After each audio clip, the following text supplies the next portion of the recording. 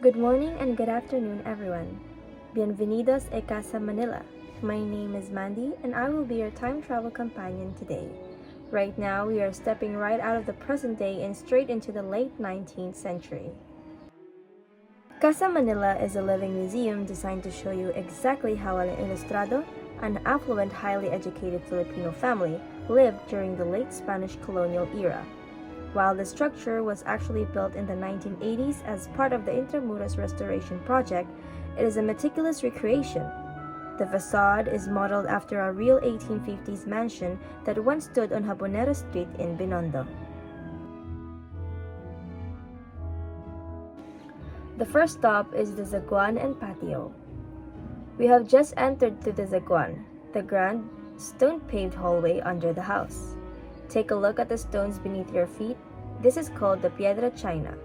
Fun fact, these stones were originally used as a ballast inside Chinese trading ships to keep them stable at sea.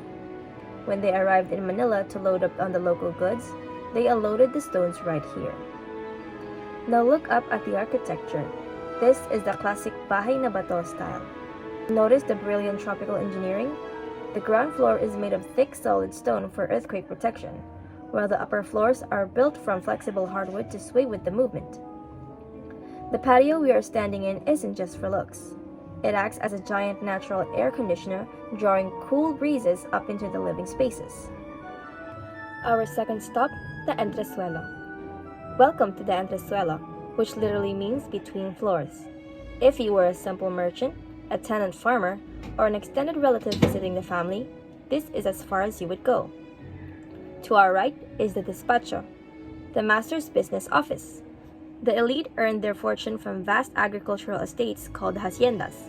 Here, you can see a special escritorio, a double flip-top desk designed so business partners could look each other in the eye while working. On to our third stop, the caida or the antesala. As we reach the top of these grand stairs, we find ourselves in the caida or the antesala. The word caida comes from the Spanish verb caer, meaning to fall. Local lore says it got its name because the wealthy ladies would elegantly let fall the trailing skirts of their gowns once they successfully climbed the stairs. This was the everyday living room. If you were a casual friend, you'd be entertained right here with parlor games, card games, or a quiet midday nap. Notice the beautiful Viennese bentwood chairs on the divan, a luxurious lounging daybed designed for keeping cool during a humid Manila afternoon.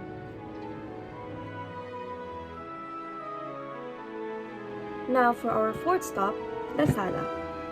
Now brace yourselves as we step into the sala. This is the absolute crown jewel of the house.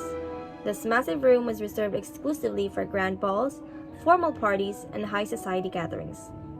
Look up at the magnificent crystal chandeliers and the painted ceilings. The furniture here is a mix of French Louis style, European gilt frame mirrors, and delicate Chinese ceramics. Every single item in this room was placed here to say one thing to the guest: we are incredibly wealthy and globally connected. Take note of the wide windows made of capiz shells. They filter the harsh tropical sunlight into a soft, beautiful glow while letting the breeze sweep completely through the house. For our fifth stop, the oratorio and the private quarters. Just off the sala, we find a much more intimate space, the oratorio or family chapel. Religion was central to daily life in colonial Manila. This room houses the family altar, decorated with beautifully santos, carved from wood and ivory. It was traditionally the domain of the household women, who would lead the family in daily prayers and the rosary. Right next door is the cuarto principal, the master bedroom, featuring massive hardwood wardrobes and towering four-poster beds draped in fine netting to keep the mosquitoes away.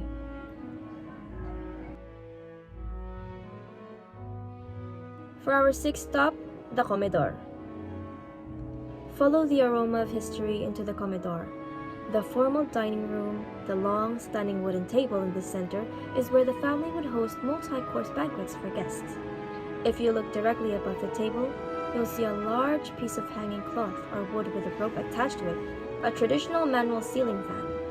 During dinner, a servant standing in the corner would pull the rope continuously to create a breeze for the dining guests. Along the walls, you see the plateras, glass cabinets displaying imported silverware and fine porcelain, yet another display of prestige. For our last stop, we have the cocina and the azotea. We finished our indoor tour here in the cocina, or the kitchen. Unlike modern kitchens, this was kept at the very back of the house to keep fire, smoke, and heat away from the main living areas. You'll notice an open fire brick stove and traditional clay pots. Right outside the kitchen is the azotea, the open-air tiled terrace. This served multiple purposes. It was a workspace for washing clothes, an area to store water jars, and a breezy private outdoor spot for the family to relax in the evenings. If you look down over the railing, you can see the letrina and baño, which was incredibly advanced for its time, featuring a dual-seat toilet. And that brings us to the end of our journey. Through the Casa Manila, we've seen how the elite lived, worked, dined, and adapted to the Philippine climate over a century ago. Thank you so much for your time and for being such a wonderful group. Please feel free to spend a few moments taking photos in the courtyard or visiting the nearby gift shops. If you enjoyed the tour, my name is Mandy, Guinto, and if not, well, my name is someone else's. Maraming salamat po, paalam, at mabuhay.